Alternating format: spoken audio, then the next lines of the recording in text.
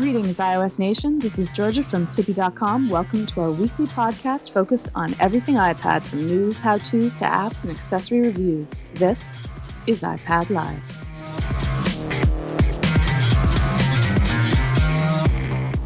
iPad Live is brought to you by Hover. Please visit hover.com/tippy to get 10% off your domain name registrations. It's Sunday, October 23rd, and joining us tonight is the co-host of Iterate and CIO of Nickelfish, Seth Clifford. What's up, Georgia? How are you? I'm good. How are you doing, Seth? All right, I'm doing fine. I was just telling Renee, had a good weekend, pretty productive week. I'm in a good mood. Let's do this. And you grew out your beard. No, well, that's... My beard trembles at the beard's presence. Fair enough. We'll get to that in a second. Also joining us is the managing editor of Tippy.com and my co-host on Zen and Tech, which is coming up after the show, Renee Ritchie. How you doing, Georgia? I'm doing well. I'm pretty stoked. Yeah, we have an awesome guest. I'm not going to take up any time in preamble. Well, our very special guest is the founder and editor-in-chief of The Loop, loopinsight.com. And I'm probably going to say your wrong name, but I'm going to try my best. Jim Dalrymple? Perfect. Really? Awesome. Yeah. And he is the beard that Seth is talking about. The beard. Yes. They're actually the best tag team since Batman and Robin, but I'm not going to even guess which one's which because I'm going to get it wrong and get beat up either way. Either way, you're going to... I don't talk back to it. try to smother me at night, so... So, Jim, thank you so much for joining us. I've been looking forward to it. There's a good start to something good. Well, let's get this show started. And, the Steve Jobs biography is going on sale on Monday. And we just saw the 60 Minutes interview that had some excerpts from it, so it's pretty nice. It's interesting, Jim, because Steve Jobs was such a personal man, yet it seemed that he decided he really wanted to do this and do it officially and almost without reservation. Well, it really seems like there was hardly any reservations at all. I mean, he's talked about his dealings with Google and everything that's in his life. It's been quite incredible to read the excerpts. I have it pre-ordered. I'm sure everybody does. I'm getting the iPad version, and I'm going to get the hard copy just to have in the bookshelf. Seth, do you have it pre-ordered also? Yeah, I was actually talking to Renee about this before we all got on. I had not pre-ordered it because I figured I'm just going to buy it electronically. That's silly. It's not going to run out. And then something compelled me to do it today. I was thinking about it. I'm like, you know what? I'm just going to do it, and that way it'll just show up, and then I can start reading tomorrow, and I don't even have to think about it. So yeah, I do. I actually did today. And did you take a look at the 60 Minutes interview that had the excerpts? I did, actually. I missed it when it was actually broadcast, but thankfully it was online almost immediately thereafter. So in the time before the show, I actually watched them, yeah. Yeah, I like how, Jim, you were talking about how frank Steve was, and he wanted it to be, a little bit of the, quite close to the truth. And I think it is. My husband pretty much mentioned how it was his last mode of control, knowing that other people are going to release biographies in his name. At least he'd have control over what it was. And he said, either way, I probably wouldn't like it, and I won't read it for about probably 6 months or a year until after it's released. But so that I don't get too upset about what's in there. But he wanted it to be from his words and the good and the bad of who is Steve Jobs. Well, there's a lot of bad things written about Steve all the time, about his management style and things that he's done in the past and how mean he is and things like that. But Steve inspired people. He inspired the employees to get things done. And there's very few CEOs that have been able to do that.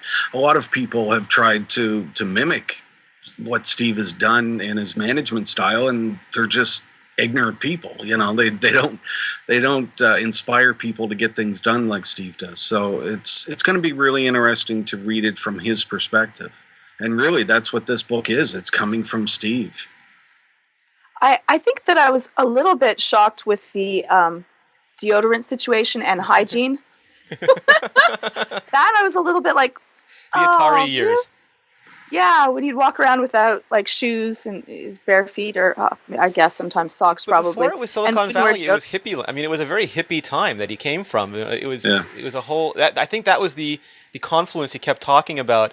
The mix of technology and liberal arts is because he was there during the hippie movement, and he was there during the rise of Silicon Valley. And I think that you almost, he created this era as much as the era created him. Seth, did you read about how the CEO of SoftBank speaking to Tim Cook and said that he had to stop the meeting for a second because his boss was calling him? Yeah, I saw that quote. Actually, that was pretty cool. Just to see Tim still with that level of reverence, even after he's technically the boss. Nope. That's always his boss. Steve is always his boss, whether he's really his boss or not. And it was kind of a touching little moment this week where you kind of think about that, and it's at that point, obviously, there was no mistaking kind of how things were going to play out, and it was just a really cool moment that got shared in that story. Well, and that was the day before Steve died too. So you're looking at a phone call from Steve to Tim to talk about the next big product the day before he died. I mean, that's pretty incredible. It certainly shows a level of commitment on everybody's part. Yeah. It's like a lot of this reminds me almost of those really classic samurai period where the master and the disciple relationship never ended, and the master almost crawls at the end to finish that last calligraphy stroke or that last cut with the blade. It's like you want that moment of perfection at the end. And I think it's very telling of an artist's soul as opposed to just an engineer. Yeah. What I want to know is what product were they talking about? The television, the car. I mean, was it the unicycle? We don't know. Yeah, I'm really interested. I'm like, I wonder what that was. What does he want in the pipeline for Apple? Just to interrupt here for a sec, I find it very interesting how many people come in and say hi to Georgia. Jim, we are handsome men, but some things in nature will never change. I mean, really, Rennie, it's like you don't even exist, man. I don't know what to say. I only get recognition when I do something wrong. Yeah, a smile from Georgia lights the chat room on fire. Why do you think, we'll get to that later, but why do you think Siri has a female voice? at least in the US, not so. In the UK, actually, Jim, in France and England, we get much more attention. Well, because so does Siri. And that might be why Siri has a male voice in France and in the UK. Though the people they've been complaining actually that they've been switching it to US English and then trying to talk like Christian Bale when he's really angry at somebody. Yeah, Christian English voice. That might do it. Yeah. Wait, like angry like Batman angry, or angry like somebody blew the shot angry? You're so unprofessional. The thing that was amazing to me was also the excerpt where it said that he considered Android grand theft, Jim, and he was going to go thermonuclear. It was going to be, he would spend all of Apple's bank account just to get them to stop copying him. Yeah, and I think that's a great move by Steve and Apple. I mean, that meeting that we reported on, I think everybody saw the picture of Steve and Eric Schmidt meeting at a coffee shop. Now we know what that was about. It wasn't about them, making up or getting back together. It was about, Steve ripping his throat out.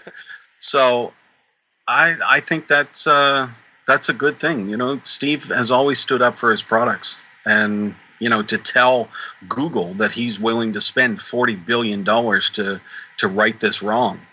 And that's huge. That shows what level of commitment Steve had for that line of products, to say that, we've developed this, we have patents on this, and we're not letting you steal it. The thing that I found interesting is that, and we've all reported on this before, that before the iPhone came out, Android looked like a BlackBerry or a Windows Phone mobile standard edition phone with the QWERTY keyboard and the screen. And the thing that I always thought fascinating is that you could tell Steve Jobs loved everything about the iPhone. It was the phone he wanted, and if there was something wrong with it, he would go downstairs and throw it at somebody. Where to Eric Schmidt, I always got the impression that it was just a screen he wanted Google search to be on, and he himself used a BlackBerry. So that disconnect, I think it was like Steve was almost offended that they were so lazy as to make an iPhone instead of making a Google phone or something they loved as much. I don't even know. It seems almost like he split hairs. In one sentence, he says how, they saw the phone. How come they couldn't, copy it properly? And gives, I believe it was Larry Page, a little bit of a pep talk on, do one thing and, do whatever you're going to do, but really spend the time to do it properly. Yet, don't be Microsoft. Don't be Microsoft. But then in the same vein, he's like, well, don't copy my product. I'm going to freak out, which in the end, he's done that a few times as well. There's this thing, and correct me if I'm wrong, but the original saying, because he made the Android people love to say that Steve Jobs said that great artists steal, but the context of that quote, and I think it goes back to Picasso and further, is that great artists steal inspiration. They look at other ideas, they stand on the shoulders of giants, and they take the next step. They don't copy implementation. They look at Michelangelo's David, and it inspires them to make a fantastic sculpture of their own. It doesn't inspire them to sit there and chisel out David. Well, and taking that, they may take, like you said, the inspiration or an idea, but they build on it and make that even better. And that's what Steve did with the iPhone and with iOS. They've built so much into that, and sure, there may be ideas, in different places, but Steve didn't outright copy, or Apple didn't outright copy anybody else in coming up with iOS or the iPhone. And there's a chart out there, if you look at the different companies and their phones from 2007 and before, and they're all these ugly flip phones that just they're useless. And then in 2007, after Apple released the iPhone, you see all of these phones that come out. They look exactly like the iPhone. I mean, they didn't build on anything. It's just it's an exact copy. So what's the point? They went from copying Palm to copying Apple. Right. Yeah. So what you're saying is that they weren't playing to win. They were playing to just, take second. Well, in my mind, all of these companies, by copying Apple as much as they have given the first place to Apple by default. Because nobody is willing to come out with a product that's separate from what Apple has and say, I believe that Apple is wrong and this is the way that it should go from now on. Everybody is trying to compete for second place. Well, and that's all that they can hope for at this point, as long as they keep doing that. In their defense, though, Jim, I remember Mike Lazaridis said that nobody's going to want to type on glass. We believe that data compression and keyboards are the future, and Apple is wrong, and we're going to make a better BlackBerry. Yeah, Mike can kiss my beard. Well, Seth, I was still a little bit shocked. I don't know if you were, that he was so viscerally angry, like to spend all of Apple's fortune on a product that's copying his. It's kind of to be expected. And though I know that, Steve can be upset over colors, who cares about their own product line and fiercely defends it like a mother tiger, I was still a little shocked that he was that upset, like $40 billion upset. I think that part of it may stem from the fact that he felt probably very betrayed when Microsoft took the interface ideas from the original Mac and kind of rolled that into Windows. And if anybody's ever seen Pirates of Silicon Valley, that's a pretty good scene where he freaks out then.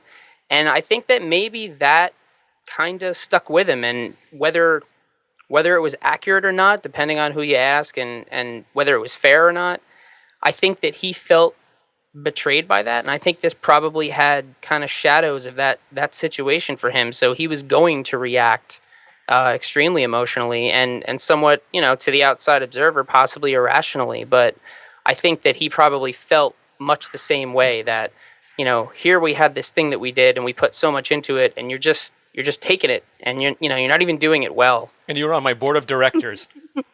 Yeah, I mean, yes, there's definitely a feeling of betrayal. He's just. Probably to him to have Eric Schmidt that close for all those discussions, and then just kind of, see that come of it. it's probably made him nuts. I agree. I mean, I can't imagine crossing Steve, but to cross him and make him feel that the product that you're banking your company on, you just stole from him. Oh boy, that's and you're selling it cheap. Yeah. Well, doesn't mean that it's good, but Before we go on, I just want to mention that iPad Live tonight is brought to you by Hover. Hover is absolutely my favorite domain registration company. I used it to get iterate.tvs and tech.tv, superfunctional.tv. All our cool new, mobile design and lifestyle shows on Mobile Nations were registered with Hover. It's clean, it's quick. They don't try to upsell you. They don't make you wade through 900 different opt-out features. You get in, you get your domain, and you get out. It is a completely Apple-like experience. It's just so civilized. So if you're looking for that, that great next domain, that great next site, that great next project, head on over to hover.com/tippy. That's hover.com/TIPB, and you can save 10% off that domain registration. Just head on over hover.com/tippy. Well, talking about good, Jim, you wrote up a iPhone 4S review, and we don't usually cover iPhone news on iPad Live, but since we kind of have been a little messy with the different months, and Seth has an iPhone 4S now, give us your lowdown on what you think about, how did it do? I really like it. I read a lot of the reviews that are out there, including Rene's, and I think that the 4S really brought a lot of expansion capabilities. So, this faster processor, it may sound like, okay, the iPhone is a little bit faster, but it does a whole lot more than that, because it allows developers to expand their applications. So we've had developers for the past 4 years releasing apps that have become more complex. They're larger downloads, so there's a lot more in there. They need high-end graphics. They need power just to go. So I think that the 4S really gives developers at least another year to build those types of apps, and that's important for the whole infrastructure of what Apple's building. I have to admit, Jim, as much as I loved your original review, and Jim had an iPhone 4S just about as early as anybody on the planet, so he had a good deal of time to do that. It's a really informed review. Your second one is one of my favorite reviews I've ever written. I like that one too. Things I don't like about the iPhone 4S. Yeah, no, that was very cute. That was reminiscent of your iPad, your touch. Yeah. Well, things I don't like about the iPhone 4S, I got nothing. I think. Yeah, I had fun. It was so funny because that morning I was actually thinking about what is it about this iPhone that I don't like. Okay, well, you can look at the antenna. That was a perceived problem before. You can look at battery life. I didn't have any trouble with battery life, but you guys will talk about that in a little bit. You can look at the design. I didn't have a problem with the design either, but they fix the antennas, they fix speed issues. Yeah. They did all kinds of things to take care of everything in the 4 that people may have said, well, I don't like this. Well, now there's 2 antennas. You're not going to lose your signal like you did before, and it's automatically switching between those 2 antennas even during a call. That's awesome. Yeah, that's a unique technology to Apple. They developed that. So, to be able to transmit and receive on CDMA and GSM antennas is unique to Apple. So, they're really pushing things these days. The only thing I was interested in, Jim, because we've talked about this a lot, is, Phil Schiller made a huge deal about the camera, and it's a fantastic camera. But I know you're an audiophile, and Phil and Seth is an audiophile. Do you think Apple needs to put like some sort of a Beats really high-end audio system into one of the iOS devices eventually? Who cares about high-end? Could we just have anything that's like passable for? Oh, the new one is good. I have to give you my 4S. It's much better than the 4, but it's not. They didn't make a big deal as they made about the camera. Well, I mean, if you get a faster processor, and Seth knows everything in audio comes down to processor. I mean, it just drags on everything, and if the processor isn't fast enough, it's just going to haul everything else down with it. And the 4S, for me to plug my guitar into the 4S or to the iPad, using the third-party applications for AmpKit or IK Multimedia's Amplitude, it's great. I'm able to sit there and play real time. That's what I want. So I don't know that Apple really needs to focus on something like that when the third parties are doing so good at it.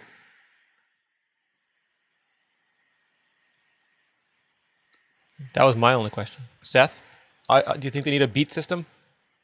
No, I think the speakers are all right. I listen to a lot of stuff, just, with the phone. Like, I'll carry it around and have either podcasts playing in the house or like Pandora or something as I walk around and do stuff.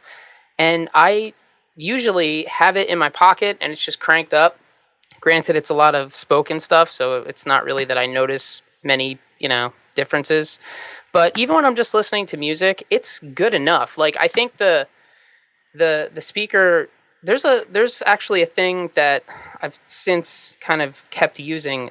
Griffin made this thing called the air curve, which is basically a little block of I guess like lucite or plastic or something, and it just has like a canal through it. And Right. I got it with the 3GS, and you would just park the phone in it, and it would just sit under the speaker and just amplify it with like this little channel. So there's no plug, there's no anything to have to connect, and I just use that most of the time. I just kind of sit the phone in there, and it's loud enough. Obviously, I feel like it's louder than the iPhone 4 was. It's much louder for me, the speakerphone especially.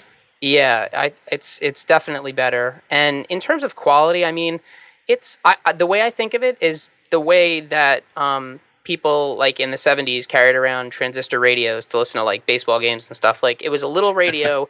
The value of it was to have a little speaker that was right here. It wasn't that you expected it to sound like the hi-fi you had at home with the giant amp attached to it. It's more of a matter of convenience. If you want it to sound good, plug in some headphones or AirPlay it out to some better speaker set. Like, for the speaker that's on there, it's more than enough for what I do with it. I will say though, like when we were at Singleton, we were in a bar after Singleton. It was me and Georgia and Seth and the rest of Nickelfish, and there were people as loud as Gruber and Hockenberry and Armand talking not too far away, and I could still use Siri. I mean, in all that noise, Siri could pick up what I was saying, and also the dictation could, and I found that fairly amazing.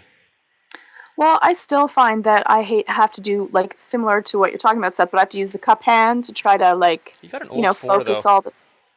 Yeah, no, for sure, that's true. But on my iPad too, still, like really, I still have to do the same thing. The little cup hand to try to funnel the sound back towards me. You didn't get the new phone yet, Georgia? Oh, how did I know? Oh, how did I know, Seth, you would enjoy that? It's funny you should mention that because I'm going to take the high road as I try to do with you, and I'm not going to tease you about it. It's just it's shocking to me that you. Is that what the high road sounds like? It sounds a lot like the low road, the high road. I don't know. No, this is this is my inquisitive tone. You don't have the phone yet, huh? Okay. Jim, do you see what happens to me? I got mine right after the event was over, so.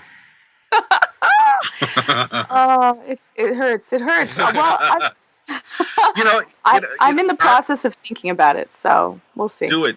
You won't regret it. There's a great comment here on from one of your listeners, from R. Clark, that says Apple will tell you what you need. And geez, look at that! I just lost it. It disappeared. Well, it said Apple will tell you what you need, and he's absolutely right. Apple is famous now. Steve is for coming up with products that we don't know that we need yet. And that's why they're successful, because they're able to dominate the markets that they're going into. Well, no one managed to sell a tablet before the iPad, and now I know we were talking about this on Twitter, there's some rigmarole about how they've fallen to 65 or 75% of the market, but that's when you count Apple sold tablets versus everybody else shipped and sitting on shelves and in warehouses tablets. Yeah, well, and for covering this market, you can make the numbers say whatever you want. Yes.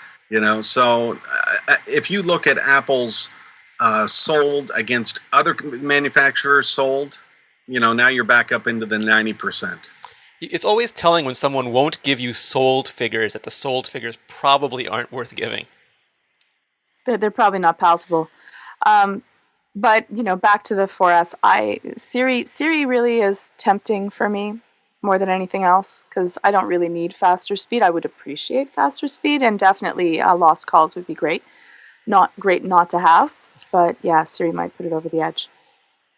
I was interested, if we shift over to iOS 5 for a minute, I saw this article on Jim's site that Newsstand, because a lot of people on Twitter, the geeks, all they could talk about was how to hide Newsstand because they didn't like the idea of the icon on their home screen, and they came up with all these tricks and hacks to hide it. But mainstream people are actually using it and getting more subscription newspapers and magazines than ever. My mom put it on and started subscribing to magazines that she's only had in print before. She really likes it. It's like she loves pressing that button now.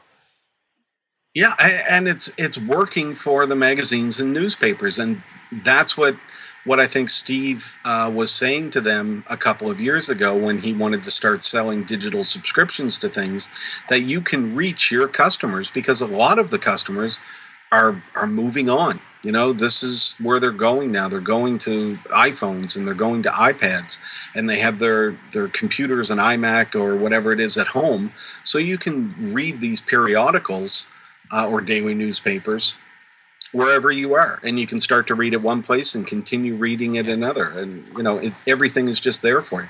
The whisper sync that Seth has been dreaming of. So Yeah. Seth, have you downloaded any? Yeah, it's funny. I all through the betas, I hated Newsstand because it was just there mocking me. It sits there as a folder and you can't hide it, but then it sits like an app in the tray, and it's neither man nor It's Schrodinger's beast. app. It's horrible. But you know how I got around my bad feelings about it? I started putting magazines in it, and now I actually really like it. And Jim, do you use it? No. They don't have Jim's magazines in it yet. No, actually, I don't. I don't know why. I stopped. I stopped getting magazines, and I really haven't felt the need to go on any kind of digital site and buy a magazine. I mean, there's been ways to read magazines for forever. I just haven't done it. I get everything I need from the web. Yeah. So maybe at some point I will. To be honest, this Steve Jobs biography will be the first book that I've read on the iPad. So. And what about you, Renee? I bought some, but it's not. I always don't like answering these questions because I review this stuff, so I kind of have to. But I ended up liking some of them. The choice. It's taken them a while. Still, not all the magazines are going into Newsstand. I bought a couple at like the Wall Street Journal before it updated, and USA Today still went onto the actual home screen. But the ones like like the New York Times that went in there, I thought they were very good, and it's a nice place to organize them. Clicking that button in Newsstand and going to a special section of the App Store makes it really easy to find them. And I think as more and more magazines that I personally like are in there, I'll be using it more often. Can I say one quick thing about the magazines that's kind of been on my mind the past 2 days? Sure. So it always... All right, so from the start, let's be clear about something. I understand that things cost money, people need to be paid for their time, and content is worth something. So this, let me preface my entire statement by saying this. I'm not, one of these let's get everything for free people. But paper magazines that I've been getting, and well, not really anymore. I don't get any magazines. Like Jim, I'm pretty much done with them. I mostly just have the stuff in Newsstand because the icon looks better with little colors inside. For the longest time, if you bought a magazine on the Newsstand, it was like $4.99, $5.99. But inside, if you wanted to subscribe, you got a really great deal on a subscription. A lot of the magazines I used to get, it was like $12 for a year, or it was like $6 every month on the Newsstand. There's a couple of magazines, all by the same kind of publishing company, that do exactly this model. One of them was Mac Life that I noticed the other day. That is like $5.99, but if you do a 12-month subscription, it's 99 cents a month. And I'm looking at it going, wow, that's actually the first one that I would do, because that's exactly the deal I would have gotten with the paper magazine that I don't want to have to throw out anymore. But there's not many magazines doing that. There are a couple, but there's not many. Like some of the other magazines I looked at, it's like $40 or $50 for the subscription, but I know that I could get a paper subscription for less. So the question really that I'm coming to is, why in the world are they not just taking the same pricing model and moving it to the iPad, since A, that's what people are used to, and B, it would probably sell them a lot more? I think because media companies, as it was proven by music and then movies and then TV studios, they're stupid, stupid people who Apple had to drag kicking and screaming into the future and are still highly reluctant to give up their traditional base of business to embrace a future model that Apple has already proven people will buy when the pricing is fair. Yeah, but I'm sorry, I would answer, but you took too long and I dozed off. I'm sorry. Why aren't magazines cheaper, Jim? Because the publishing companies think that they can use the same pricing type models and scam the consumers, in my mind. Is it like why CDs were so much more expensive than tape and never went down in price? Because they think it's new and will pay for it? Well, I think so. I mean, I think that there has to be some give and take. I mean, yes, it's going to cost some to print a magazine, to ship it, to get it around the world or around the country or North America, whatever. You incur costs for that, so you have to recoup those. But when you're saving a PDF or saving it in some type of ebook format, what kind of costs are associated with that? There's nothing. Well, so there's also the difference in. Right. There's also the difference, though, in the magazine ads. They get subsidized by a lot of advertising, which they don't have when you're buying the subscription online. Well, my magazine apps all have the ads in it. They have exactly the content of the paper when ads included. They don't have the full page. Mine do. Ads that you really? Yeah, the ones I downloaded to Newsstand, they have the full page most of the magazines ads that I get are like more than half the magazine are actually advertisements. Yes, ma'am. Oh, okay. Forget about it. I'll just leave that. I mean, for a long time in publishing, you had companies that would sell a magazine ad, and give some time on the website away for free. But I think that time has gone away too. I don't think people are giving away website ads for free. I don't think that they're going to give away ebook ads away for free. So they're making money off of the publications. The question is why the price is so high, and I just don't get it. Maybe the number of people buying the digital subscription hasn't yet met the number of print subscribers, and they have to make sure that they're making up that money in between. Maybe when one does the other, they can do that. Right, Jim, but they're not having to rewrite the stories. The stories are already written. They just have to pretty much scan them and put them into the articles. Yes, they have to have people that are going to program and put that in. So that's a little bit of a cost. They got to press one button on InDesign, damn it. I don't disagree with you. I'm just saying that's maybe what they're thinking, because they're losing subscribers on one side, and they just want to make as much money as they can on the other. Look, the three of you were smiling. I can see it. Don't gang up on me. You'll be sorry. It's you and the beard could take us both, Jim. Exactly. Georgia, you did an awesome article on every time, and I don't mean to rail on our users because they're good, well-meaning people, but every time a new OS comes out or a new device comes out, the first thing that we get flooded with are battery life complaints. I usually think that it's because the toy is new and they have so many new things to do with it. Like everyone's using Siri, everyone's using location-based reminders, that they're just using their phone more and it's going down. But this year I found that any device that I did a new install with was great, and any device that I updated seemed to have less battery life. But I'm going to cede it over to you because you did a fantastic post on how to check all this stuff. Well, there's definitely a lot more location services that are going to be running in the background, and Siri in itself and everything else that's going to take up a little bit more of, whenever you put more things in, it's still the same size of phone, so the ability of the battery to be able to do more, and yet you will expect it to last the same amount of time is a little bit, what do you really kind of expect if it's able to do more? It's probably going to suck up more battery power. But people get really upset charging, like I'm one of the people, I don't charge my phone as often as I can. So often it's like teetering upon death at every moment. Like 3%, I can take one more picture. But there are ways that you can keep your phone in order to, save a little bit more time so that you'll be able to go through your day without having to charge it midday. And I think that it was really interesting um, Sorry, Georgia, we're all really bored with what you're saying. Jim is doing some awesome stuff in his He's square. doing beard puppetry. No, I'm not bored. I am actually liking it. I'm listening because I have these problems. Yeah, but like Phil Nickinson from Android Central says, real men plug in their phones. You shouldn't be ashamed that you have to charge your phone. You're using it. The battery's going to go down. You plug it in, the battery goes back up. It's like magic. Yeah. Yep. If you have battery problems, read the article. There we go. No, it was you guys had some great tips because we were all on Twitter talking about this. When was it? Rennie, last Friday? Yeah. Or Thursday? Yeah, it was like right after the launch. Yeah, talking about how some of this stuff was going on, and I read through. There was some good things in there.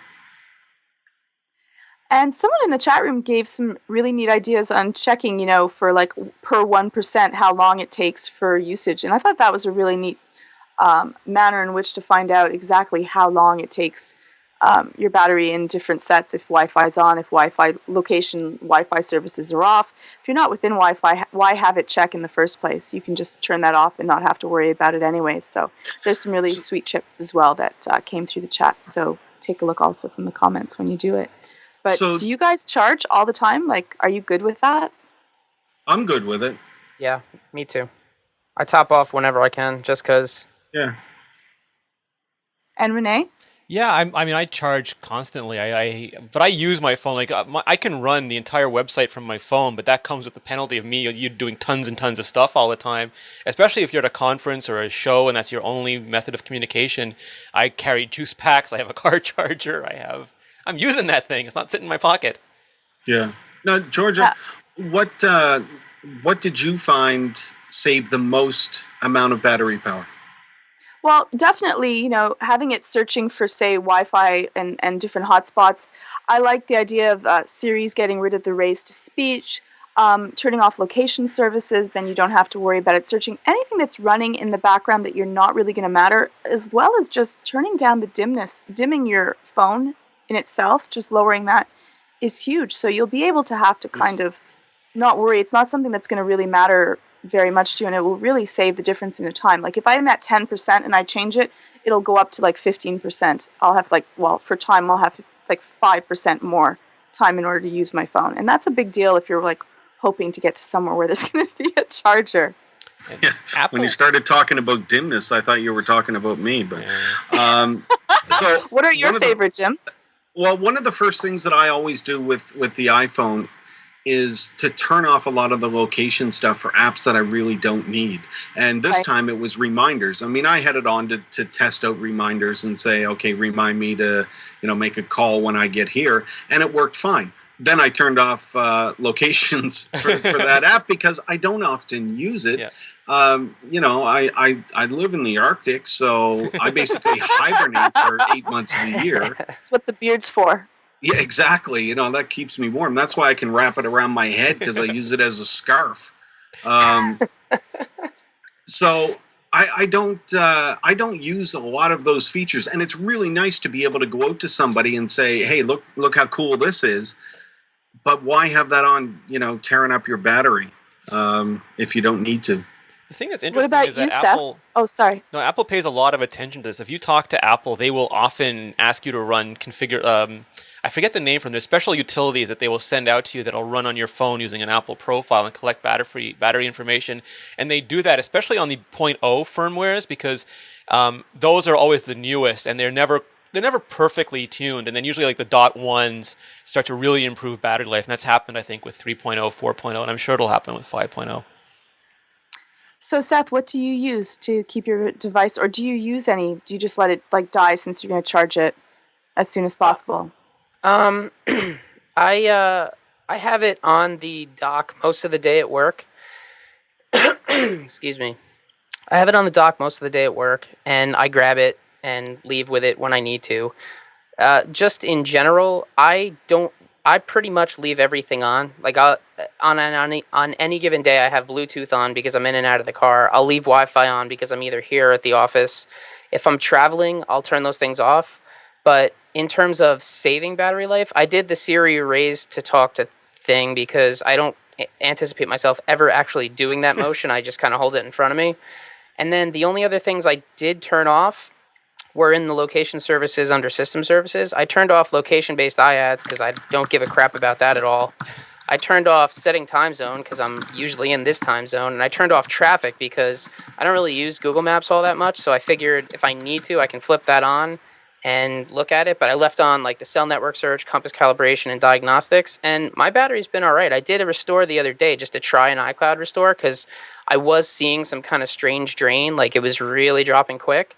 And after the restore, I didn't really change any of those settings. Those settings are the same, and things are okay. Like I was saying in the chat room, I pulled this off the dock at 9 in the morning, used it absolutely all day for podcasts and Twitter and everything else while I was out. I have 20% left now, and that's fine with me. That's a full day. That's the biggest thing that we find every time is that if you really have bad problems, a restore from new, though it's a pain in the butt, will work miracles. Definitely. You'll get rid of anything that might be sitting around in the background just draining that you don't know of. So just clean it up. One that I got from you, Georgia, was the turn Siri off, or the raise to speak. And I did that. Now, I never thought about traffic because where I am, I mean, if I want to know how many horse and buggies are on the road, I can just look outside the igloo and see them. So I should probably turn that off as well. Now, Renee, you had said that that after the update, you think that it drains more. What do you think in the update has caused that? It's not the update. It's the process of restoring from a previous backup, especially cross-device. Like some people will buy an iPad and restore it from their iPhone backup. And for whatever reason, those seem to create, I don't know if there's corruption in the files, if it just gets kludgy because there's corrupt from old apps that you've deleted, or if there were apps that weren't programmed perfectly to begin with, and they've just accumulated a lot of garbage files over time. It just, if you're draining, if you can actually sit there and watch your battery draining, it's really worth it to restore as new. Even though you have to put your settings back in, you will have a long battery life. Yep. I agree. And it's worth checking it out. Yeah. Jim, you wrote out an article, and I'm a little bit musically impaired, but hanging out at BAM TV. Can you tell us a little bit about that? I've been sitting on this the whole time. No wonder I've been uncomfortable. You've been waiting. God. I thought you sounded a bit like Siri. So, BAM TV. This is it's all about music. And I have a lot of friends in the music business, and there's a thought now that bands they know pretty much that they're not going to make any money from their music in a lot of cases. They can sell their CD, they go on tour, they make money from stuff like that. But I got an invitation to go visit with BAM TV when I was out for the iPhone event. And I went up, and this company has come up with a new way to show bands how they can not only make money but get more publicity for their music by doing HD videos. So there's been a lot of ideas, there's been a lot of labels, there's been a lot of people that have come around and said, oh yeah, we can help you make money, and we can get you gigs and publicity and things like that. And for the most part, it's just been a lot of crap. So when I went to see BAM, they showed me what they did, and they worked with the Stone Foxes, who I really like, a good hard rock and blues band, and they've worked with a number of other bands as well. And they produce 3 or 4 videos for the band at no cost. They take one of the videos and give it to the band so that they can use it as promotional material. And then they use the other videos. The band signs over exclusive distribution rights. And BAM TV uses its distribution network through cable companies and through Samsung has it on all their phones and tablets. And they send it out to, worldwide. so the bands really do get publicity and get money. So I think it's really good for a lot of the artists these days that are having trouble getting, the stupid labels to do anything for them unless you're Justin Bieber. Ouch. You I have to know. hit the Now- beeper note at the end. I know.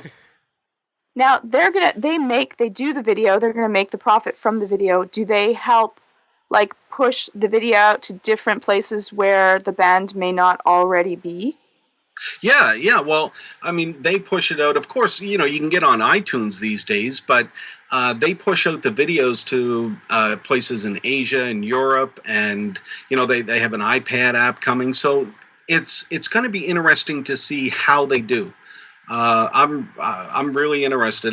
When I went there, they have audio engineers, they have set designers, they have HD video cameras, they have post production facilities, all right there. So it's all within the company.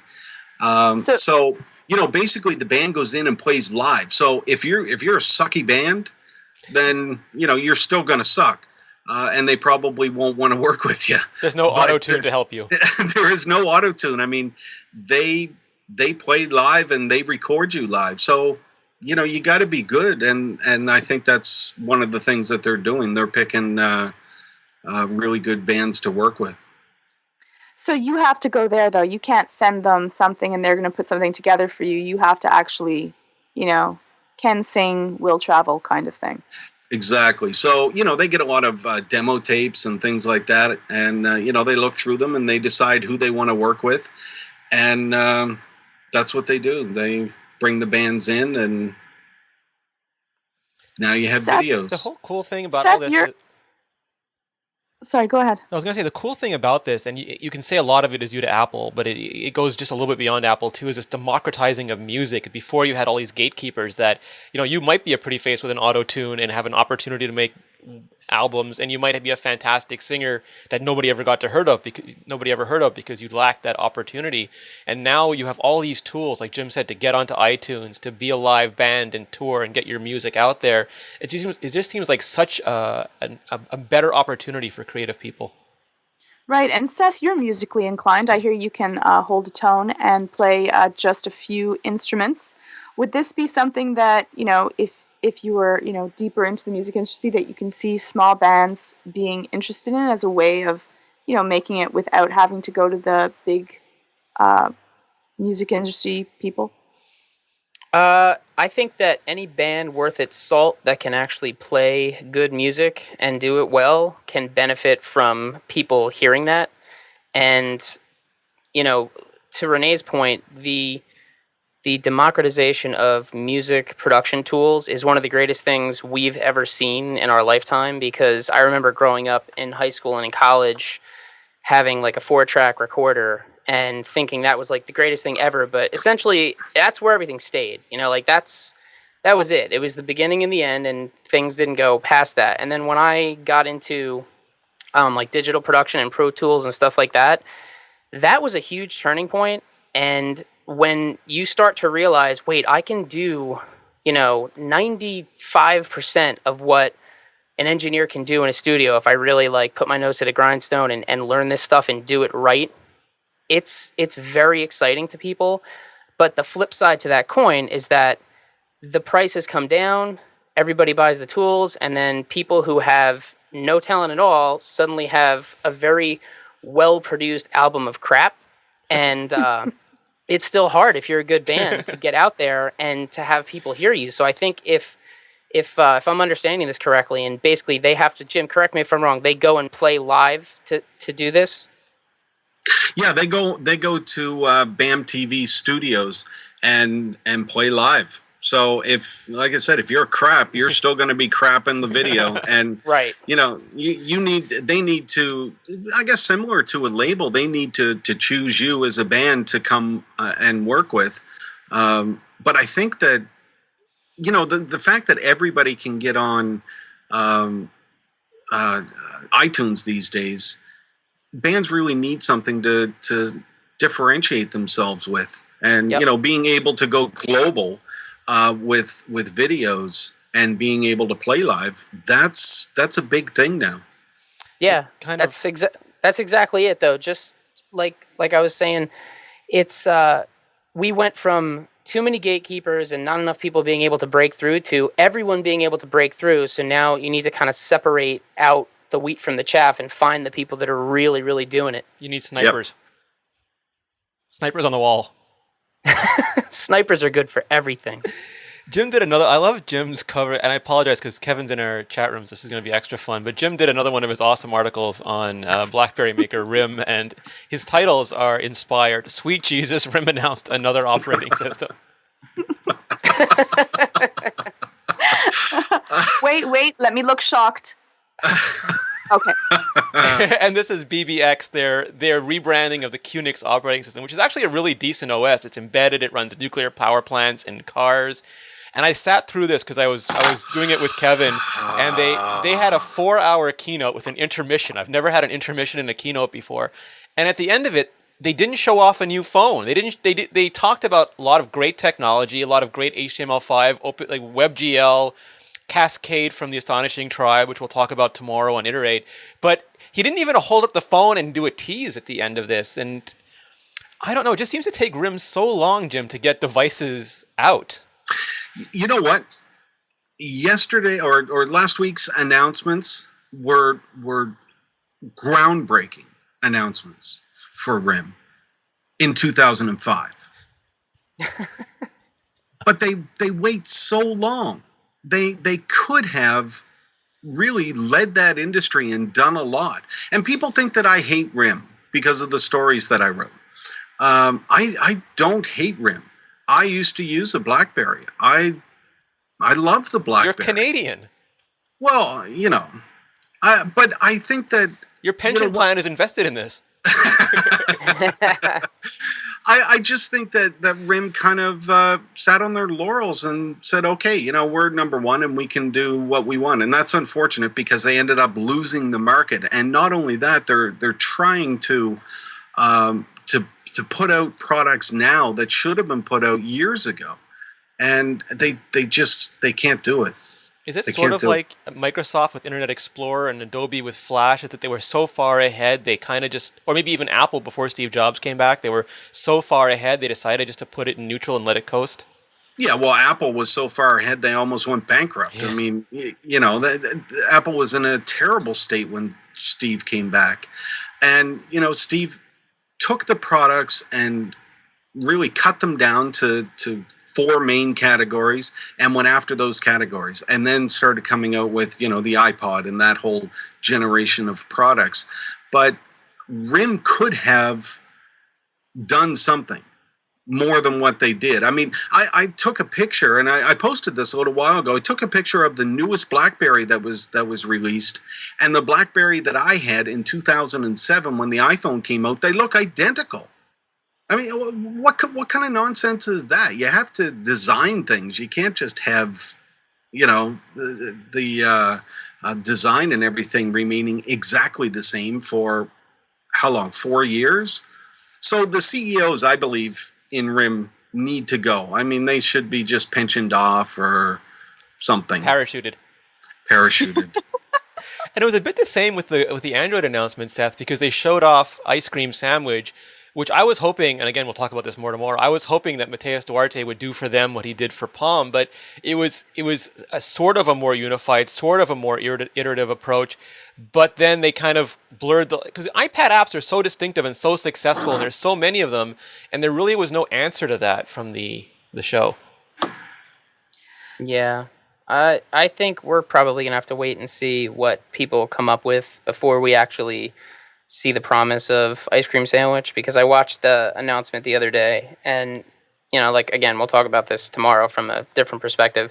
I saw a lot of really interesting things, but I didn't get, not like closure, but I didn't hear, I guess, a couple of things that I was hoping to hear about the benefits of the unified platform, and they didn't really talk to those points very much. So I'm just curious to see kind of where they go with it. And you guys develop Android apps, so before anyone calls us a bunch of haters, Seth has skin in that game. Yeah, we do. Well, before they call us haters, yes, the Galaxy Nexus, yes, it looks kind of sweet. I mean, Oh yeah, it's a hot phone. well, that's the thing, and I think Gruber pointed this out, is that they had this huge announcement for the Motorola Razr in the morning, and then 12 hours later, Google made it obsolete. And that's just such a crazy culture, because like the iPhone was out for, what was it, Jim, 15, 16 months? Yeah. The Razr got 12 hours. But see, the Razor is another huge mistake. That's just stupid. Stupid. And yeah, it was making The me face depressed. recognition that kind of captured me. But I heard that it took them like 3 tries the time that they tested it out for it to actually work. So Their demos you know. aren't as smooth as Apple. I mean, there was that famous Loverboy thing from when they tried to demo their version of FaceTime, and then now it's just, and the people in the chat room are saying it still doesn't scroll properly. And I wonder if that's because of its BlackBerry. It was meant to be a BlackBerry. It was never meant to be an iPhone, and you can't go back and re-engineer the basis of an operating system. It's going to be what it was. Apple built. There was a story, Jim, I don't know if you remember it, but that Steve Jobs wasn't sure what to do with this new platform, and then he saw the inertial scrolling, and he said, "That's it." And that was that was beyond early prototype. Yeah. Well, if you can latch on to one thing, I mean, it's sad that Motorola, the thing that they latched onto was the name Razor. That would be like Apple releasing a Newton in 2007. What's the point? Don't live in the past. Go forward. And instead, they come out with a Razor? Really? I mean, I thought that people were trying to punk me or something. I don't believe this Twitter stream. You people are having fun with me. Stop that. Stop telling me there's a new Razor. No, there's not. I don't believe So, it. when things like that start to happen, then I just think that there's some serious problems in the company. Jim is living in fear of an Android StarTAC right now. Actually, a funny story, neither here nor there, but someone had won a contest for the first gen iPad and first gen Apple tablet, actually, and they were expecting their iPad, and when they won the prize, they ended up with a Newton. And they said, "Yeah, I guess I should." I would actually love to win a Newton because I can go buy an iPad, but I'd love to get a That's Newton in a box. Yeah, That shows your seriously. level of geekiness. I love that. Yeah. When the Newton would have been like, "Yes!" I understand what Jim's talking about. He did this other great article. I'm sorry, I'm turning into a Jim fanboy tonight. I apologize. That apps should seem almost magical, and I think that's the quality that we get from a lot of iOS apps. Yeah, I really liked the way, Jim, that you spoke about, having, simple does not mean that it's not effective, but that all of the complex pieces that make our life more difficult are kind of hidden away so that we can use it effortlessly. And I really like that because that is true, exactly what true magic should be. Well, I mean, we all beta test software, and I find more and more that developers are trying to take features out of an app so that it's simpler to use. But that's not what we want. We want, a full-featured app, but simpler to use. I agree. Yeah, I think exactly. that's the thing. And Seth and I were talking about this all last weekend. Is that there's that certain appliness to an app where things are where you expect them and do what you expect them, and there's not a lot of cognitive load in getting things done. Well, any application that I have to practice before I'm able to actually use is an app that I'm probably going to delete. So all of the time and effort that you've put into the application is lost because, I'm already moving on to something that I'll be able to use. I need a power cord. I'll be right back. Yes, sir. We also have tons and tons of contests that are here, so if you want to enter them, please do. We have the copies of Steve Jobs' book. We're still giving away the Life Proof case, Renee. Yes, ma'am. App giveaways galore. We're giving away everything. We're going to have the kitchen sink in there soon, so just head on over to http just go to www.tippy.com/contests and enter them all. Hey, Speaking do of I the win? Steve Jobs You book, can win. it's live on your Kindle right now. Yeah, actually hit my own books a few minutes ago too. Ooh, head on over to that as well. Yeah, watch us 2 more minutes and then go do that. Well, I think that is about all the time we have for today. So I would like to thank especially Jim for joining us today. Thank you. It has been a real treat. This is the first time I've been. Oh, look, I got to tuck the things under my beard here again. This is the first time I've been on with you guys, and it's been a blast. So thanks very much for having me. We'll have to do it again soon. It was awesome. Yes, Yeah, definitely. I had a good time, and your listeners are funny as hell. I really enjoy watching the stream go by. They make the show so much more fun, I have to say. How do we find you, Jim? Well, you can find me on Twitter at here. I'll type it in here too while I'm saying it. Twitter at J Dalrymple and at loopinsight.com. Jim, Kevin is inviting you to join them on the Crackberry podcast too. He thinks it's going to be a great show. Bring it on, baby! Bring it on! It'll be an all Canadian. It would be fantastic. And I would also like to thank Seth for joining us today. Thank you, Georgia. Pleasure as always. And how do we find you, Seth? At Seth Clifford on Twitter, on the Tippy Shows, on Iterate with Renee and Mark Edwards of Bajango. And if you want to check out some of the apps and work that we do, the site is nfidm.com. We are Nickelfish, dammit. Nice. Also joining, of course, is, like last but not least, is Renee. Thank you, Renee, for again being at another show. You're like doing shows almost every night of the week. We are almost literally doing shows every night now. I think I host like 6 and we do like 12 now, and we're going to add some more. It's going to be, might add another Georgia show as a little spoiler. There might be a new Georgia show soon. I also want to thank Jim for being on. Jim started the Loop, loopinsight.com, and it very quickly moved to the very top of my RSS feed. And his ability to cut to the essence of a story, often cutting the legs out from people who have talked about the story before, is just, it is so refreshing. Because Jim, you guys know what I'm talking about. Any longtime follower of Apple knows what I'm talking about. Is there's almost this circle of rumors where a rumor gets started, it gets telephoned, then someone like says it's not, and there's just such nonsense circles. And Jim just slices it right in half, gives you 2 or 3 words, and you're done. And I really appreciate that, Jim. Yeah. Well, it's been a lot of fun. There's a lot of things that I can do now that I couldn't do before. So, it's been interesting to be able to go out and just say what I think about.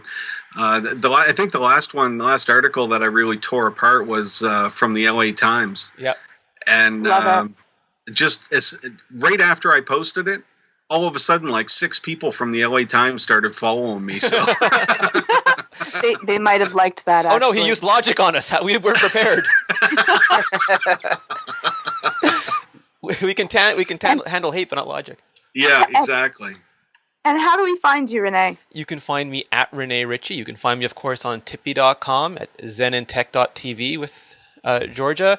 And you can find all of our shows at mobilenations.com. So check it out. And I'm Georgia, and thank you all for showing up, especially everyone that came live to the chat room. And you can find me on Twitter at GeorgiaTIPB, and of course on the website, www.tippy.com. And wait, let me show it. Oh yeah, we filmed all day with those today. Those are fantastic. Sweet little babies. It was like so much fun. It was such a blast controlling this with my iPhone. And the new ones come with missiles. Helicopters. Awesome. Yeah, check that out. I have a remote in my beard.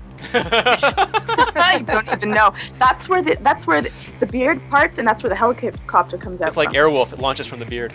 But then again, I have a Volkswagen bumper in my beard too. So